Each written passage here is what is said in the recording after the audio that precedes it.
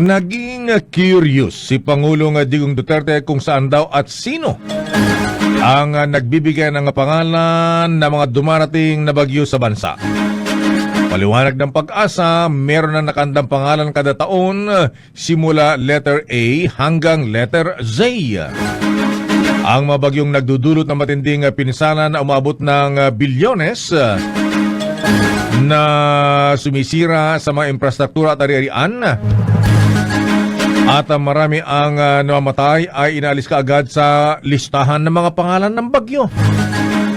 Dahil dito ay pabirong iminungkay ng Pangulo sa Pag-asa na kumuha daw ng pangalan naman ng mga bagyo mula sa Dilawan. Ang kulay ng Partido Liberal na pinamumunuan ni Vice President Leni Robredo.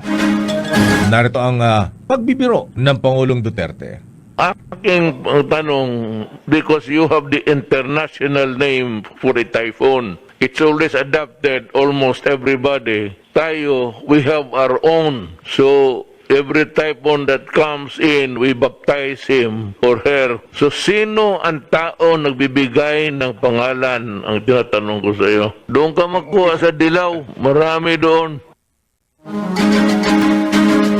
Nagpakita naman ng girl power sina Davao City Mayor Inday Sara Duterte Carpio at Senator Imee Marcos nang magsanib puwersa at mamigay ng tulong sa 5 mga lalawigan na hinagupit na per Typhoon Rolly. Ay, kulang na ang Tres Marias. Sakay ng helicopter, dumating sina Senator Imee at Mayor Sara sa Legazpi City, Albay, dakong alas 10 ng umaga. Kaagad nagtungo sa Naga City, Camarines Sur at namigay ng relief goods. Nagtungo din si Mayor Sara at Senator Imee sa Biracat, Anduanes at personal na inabot ang 1.5 million pesos na financial assistance kay Governor Joseph Cua. Kasamang binisita ng dalawa ang Marinduque, Batangas at Quezon. Ang Catanduanes ay isa sa mga lalawigan sa Bicol Region na binayo ng lakas ng hangin at ulang dala ng bagyong Rolly. Hanggang kahapon, hindi pa rin naibabalik ang power at communication lines sa Catanduanes. Hindi pinalampas ni Attorney Salvador Panelo, ang Chief Presidential Legal Counsel, ang pag-eksena ni dating Vice President Jojo Binay kaugnay sa komento nito sa matinding pinsalang iniwan ng Super Typhoon Rolly. Agad na sinagot ni Panelo ang banat ni Binay na kaya raw maraming nabulaga sa bagyong Rolly, lalo na sa mga probinsya, ay dahil hindi nakarinig ng balita bunsod ng hindi pagbibigyan ng prangkisa sa ABS-CBN. Sa tingin ni Panelo, may plano pa si dating Vice President Jojo Binay na muling tumakbo matapos matalo sa nakalipas na presidential elections. Sabi pa ni Panelo, halatang nagpapapansin si Jojo Binay para iparamdam na siya ay may silbi pa sa bayan. Sinabi ni Panelo na hindi lamang ang ABS-CBN ang nagatid ng mga balita sa bansa, dahil marami ng mga radio at TV stations at mas hamak na malalakas kesa sa kanila. Lalo kung pag-usapan ay lakas ng signal sa malalayong lalawigan hanggang sa buong Pilipinas mula Apare hanggang Tawi-Tawi. Sabi pa ng opisyal, kahit naman hindi nakatutok sa TV o radyo, sa tulong ng teknolohiya ay maaari nang mapanood at malaman ang mga balita sa bansa sa pamagitan lamang ng kanilang smartphone. Narito si Secretary Sal Panelo. Ito namang si dating Vice Presidente Binay, ito raw pagka-shutdown ng ABS-CBN. Ito raw dahilan kung bakit maraming na put off guard yung mga taong nandun sa malalayong lugar sa mga bundok sapagkat daw ang ABS-CBN nung ito'y nag-ooperate pa, nakakarating yung mga balita. Matagal ko na akong sinasabi sa inyo. Hindi lang ABS-CBN ang nakakaparating ng balita sa pinakaliblib na lugar. Sabi ko nga sa inyo, yung DCRH na lang walang mga sinabi sila sa DCRH. Talagang kahit saan ako pupunta, naririnig ko yung radyo niya. Baka naman itong si BP Binay, gusto rin maging relevant. Baka tatakbo rin. Kasi natalo ito ng tumakbong kongresista sa distrito ng Makati. Matapos siyang matalo ng presidente, tumakbo siya. Yung nanalo yung anak niya bilang mayor, pero siya talo. Inaasahang muling haharap sa bayan ang Pangulong Digong Duterte mamayang gabi upang talakayin ang ginagawang tugon ng pamahalaan upang mapigil ang pagkalat ng COVID-19 sa bansa. Ayon kay Presidential Spokesperson Harry Roque, pupulungin ngayong araw ng Pangulo ang Interagency Task Force at ilang miyembro ng gabinete bago ito mag-ulat sa bayan. Tuwing Lunes ay nakikipagpulong ang Pangulo sa IATF upang alamin ang development sa deadly virus bago magsagawa ng public address. Ngunit ang meeting noong Lunes ay nasentro sa pinsalang iniwan naman ng Bagyong Rolly at hindi natalakay ang isyu ng COVID-19. Sinabi pa ni Secretary Roque, nagpa-PCR test kahapon ang mga dadalo dahil sa ipinatawag na meeting ng Pangulong Duterte ngayong Huwebes at matapos ito asahan na i-ere naman ang kanilang mga pag-uusap mamayang gabi. Good afternoon, Madam Senator. Magandang hapon po, Secretary Esperon. Mr. Chairman, Secretary, I participated in the peace process as a member of the GRP-NDF panel on the side of government. So in principle, I agree with the whole of government approach to building a sustainable peace, including through initiatives at the local level.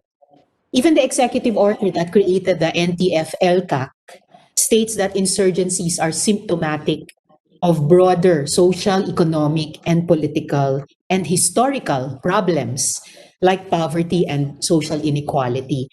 However, I'd like to get a clearer picture of how this funding of the NTF-ELCAC will be utilized.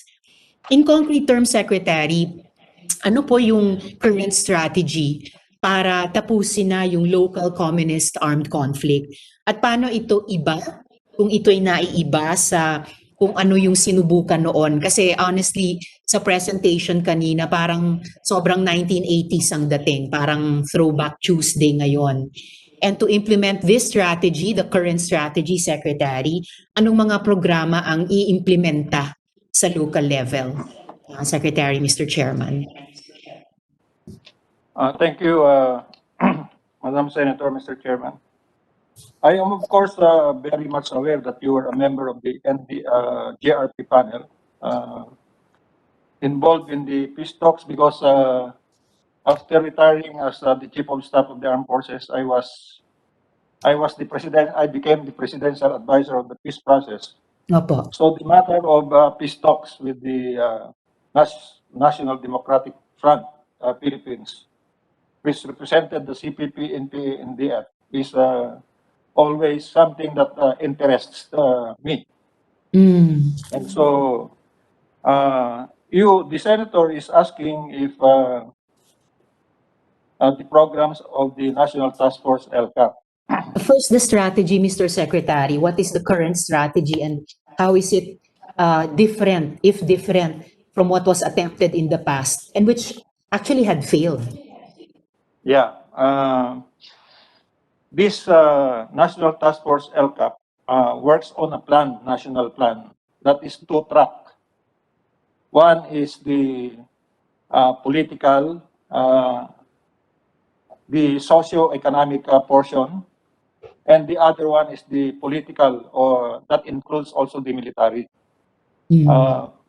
Left hand and right hand, you must have heard about that. Yes, You sir. must have also heard about In the clearing, 1980s. yes, clearing, holding, consolidating, and developing. We all know Yes, that. CHCD. Opo.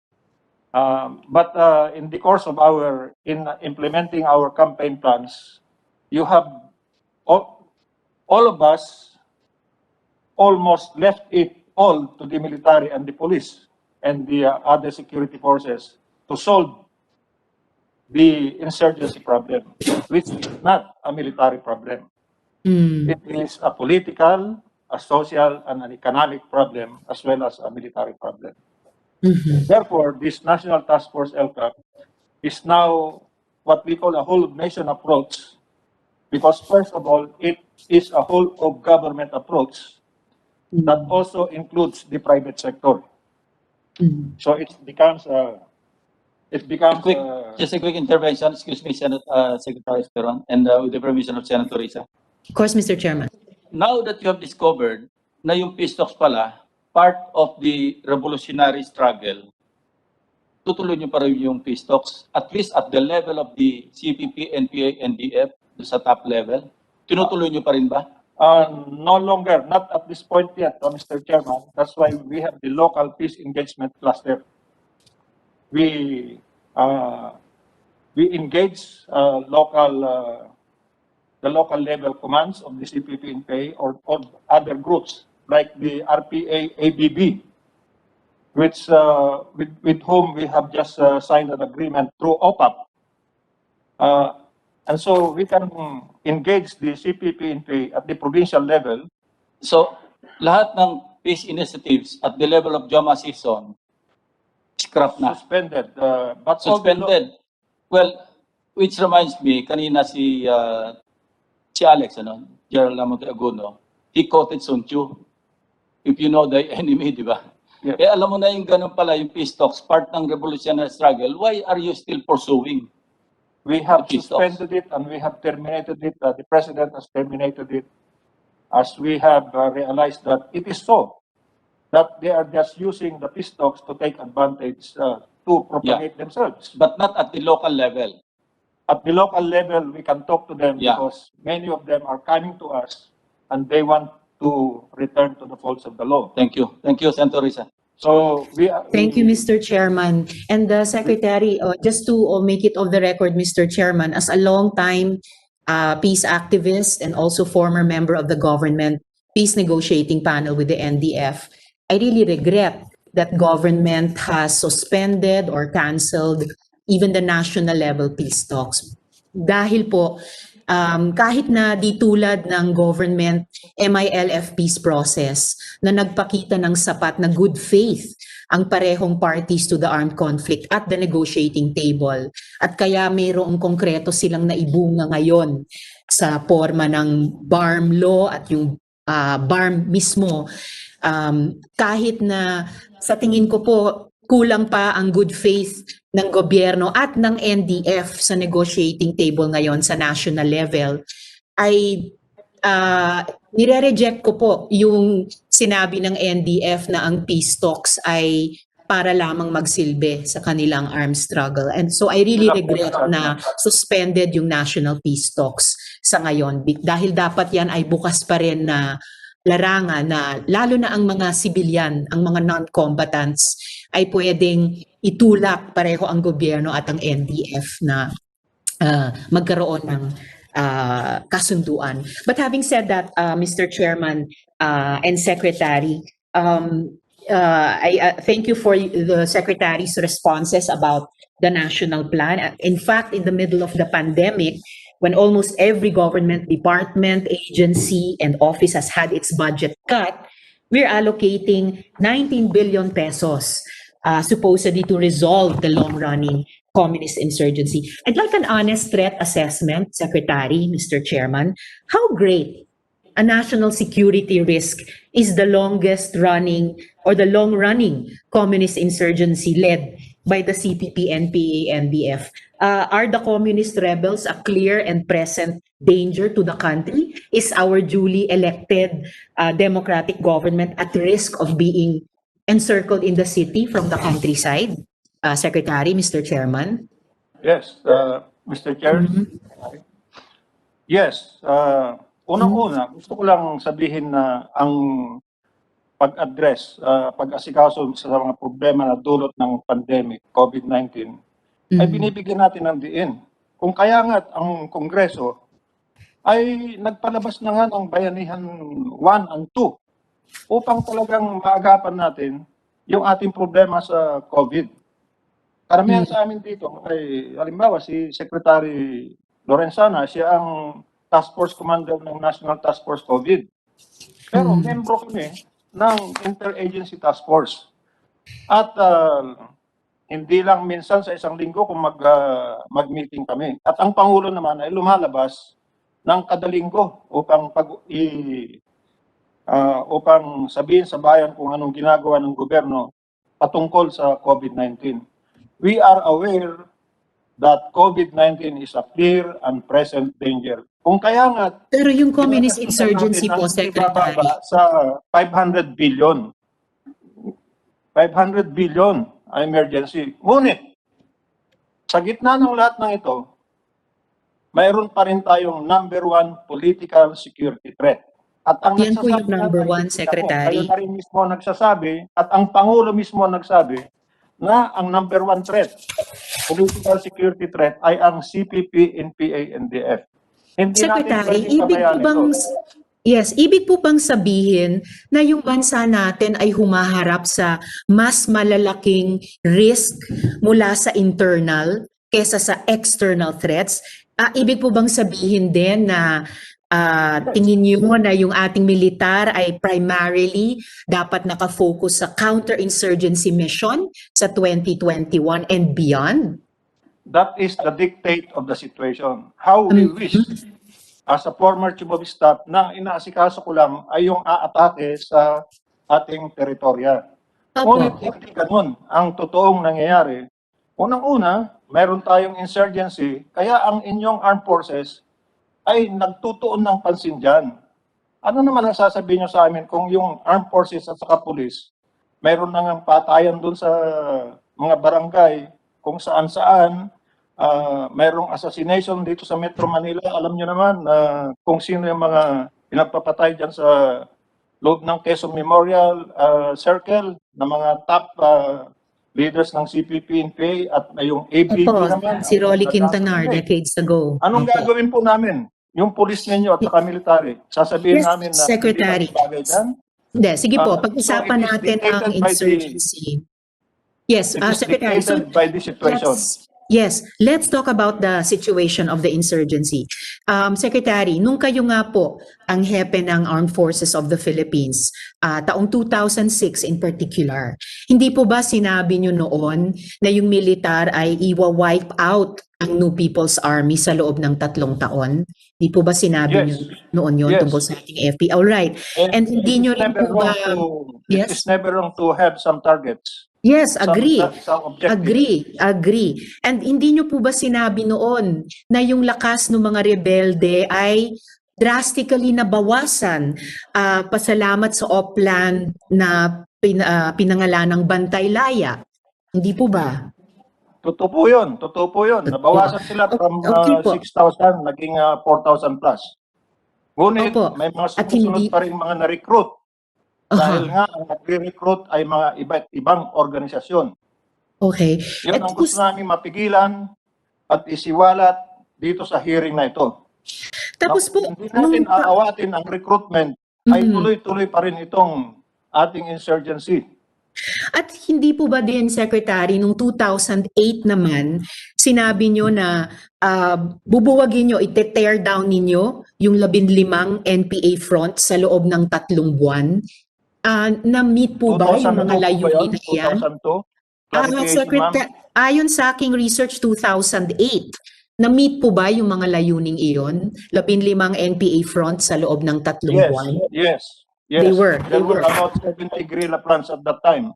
Yes. So, okay, bawas ito. So, dapat mga 55 na lang nung taong 2008. Dumami Mas po recent, Sir Secretary? Meron pa rin mga nabubuong bago dahil Okay. nga tuloy-tuloy pa rin ang pagrekruta. Okay, Secretary. Yun ang ating gustong pigilan. Dahil hanggat mayroong mga organisasyon na nagre-recruit at sumusuporta sa New People's Army, ay magkakaroon pa rin ng mga armado na katulad ng mga estudyante na sa simula ay aktivista ay nagiging NPA. Alam po namin yan dahil ako mismo ay kasama sa first quarter storm po. Secretary, Pero hindi ako humawak ng armas. Opo, marami pong aktivista na hindi humawak noon o humahawak ngayon ng armas. Tama po yun. More recently, Secretary, nanumpa po ang Philippine Army na kikilos siya double time para i-neutralize yung natitirang quote 15 armed fighters of the New People's Army still running and hiding in the mountains of Leyte Island, close quote. In 2018, sinabi po ng Armed Forces na optimistic siya na yung insurgency problem ng ating bansa ay mareresolve soon. At tinukoy ng AFP noon yung nababawasang lakas kung hindi man imminent defeat. And I use the term imminent defeat sa aking brief opening statement kanina, Secretary. Imminent defeat ng NPA. At ito po ay pagkatapos ng surrender ng 326 na NPA guerrillas. Tapos September 2019, iniulat din na may 700 guerrilla na nag-surrender. Bilang National Security Advisor ngayon po, Secretary, do you stand by these assessments? Yes, that was the assessment of the military in Opo. Leyte. I think 2018, tapos na yata mag-chief of staff si Secretary Anyon. Pero ganito, Opo. Madam So- Senator, Mr. Chair, Opo. So, sinabi namin yon sa Leyte na maalis namin yung NPA. Mm. Totoo nga na maalis namin at yung barangay ay na kung saan nagpupugad sa mga guerrilla bases ang NPA ay aming naklaro dahil meron kaming tinatawag na community support program ay na ngayon ay pinangungunahan na ng local government at ang kapulisan yung retooled community support program. Hindi na military, So, kundi opo. combined military. Ngunit, maklear man natin yung mga barangay kung wala kang ilalagay doon na development o para iangat ang kabuhayan ng mga tao, ay babalik-balikan ng mga tao, ng mga NPA yan. Kaya ngayon, Pero tell me, Secretary, present ko sa kabinete na maglagay kami ng development program at inaprubahan ng Pangulo. Nandyan na nga sa budget ngayon, yung Yun na nga po. 16.44 billion for development projects in barangays. At nagtataka ako kung bakit ayaw ninyong ma-develop yung mga barangay na yan.